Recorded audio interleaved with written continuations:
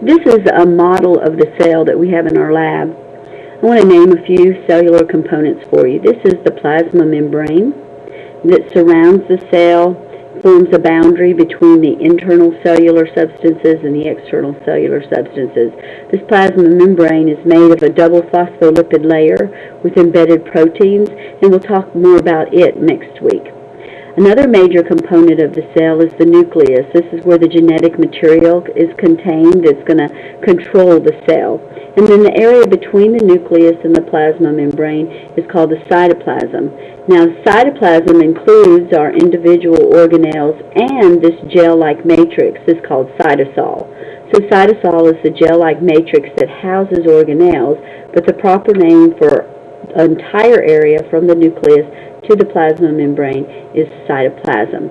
So let's go back to this nucleus. Inside the nucleus you can see a dark staining spot called the nucleolus.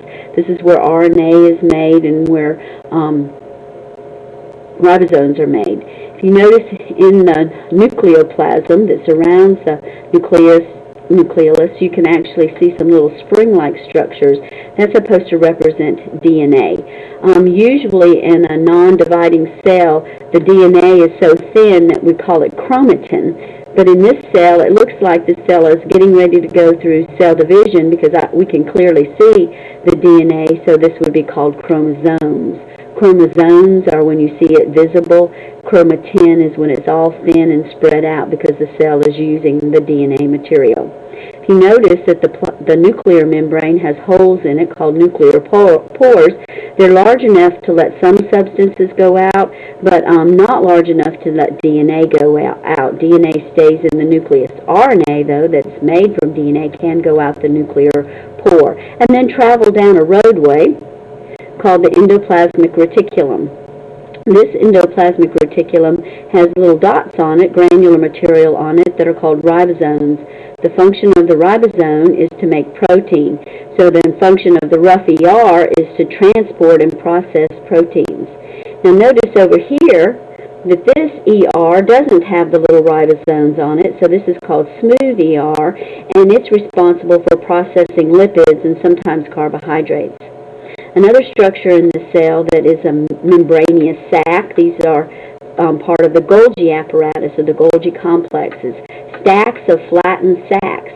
And what happens in this Golgi apparatus is that products are received and then packaged up and sent out in the cell in vesicles. For example, if I were to make a protein in the rough ER, I would put it in a vesicle that would travel to this side of the Golgi apparatus, and it would work its way through the Golgi apparatus and then be put out in a nice vesicle that could be like a lysosome or a peroxisome, or could be a vesicle that's going to eventually merge with the plasma membrane and release its substance to the outside.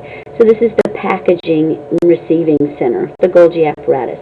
Notice these little structures that look kind of like French bread. What we're seeing is the inside there. There we're just seeing the outside of these. These are mitochondria. The nickname for mitochondria is powerhouse. They're responsible for converting glucose into ATP, cellular respiration. Let's go to these structures here that are right by the nucleus. This whole area that's black here is called the centrosome, and the structures inside are centrioles. They're responsible for making the mitotic spindle during cell division. They're usually found near the nucleus, and they're at right angles to each other. Another cell structure that we can see are these vesicles. Now let me just tell you, a while ago I mentioned that when it goes through the Golgi apparatus that it can become a lysosome or a peroxisome.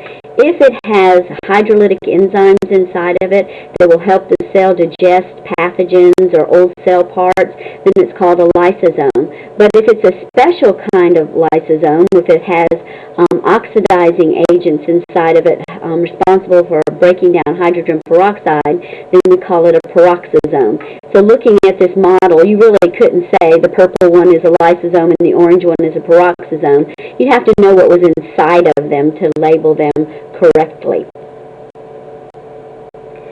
So these are some of the major structures of a cell that you can see on this particular cell model.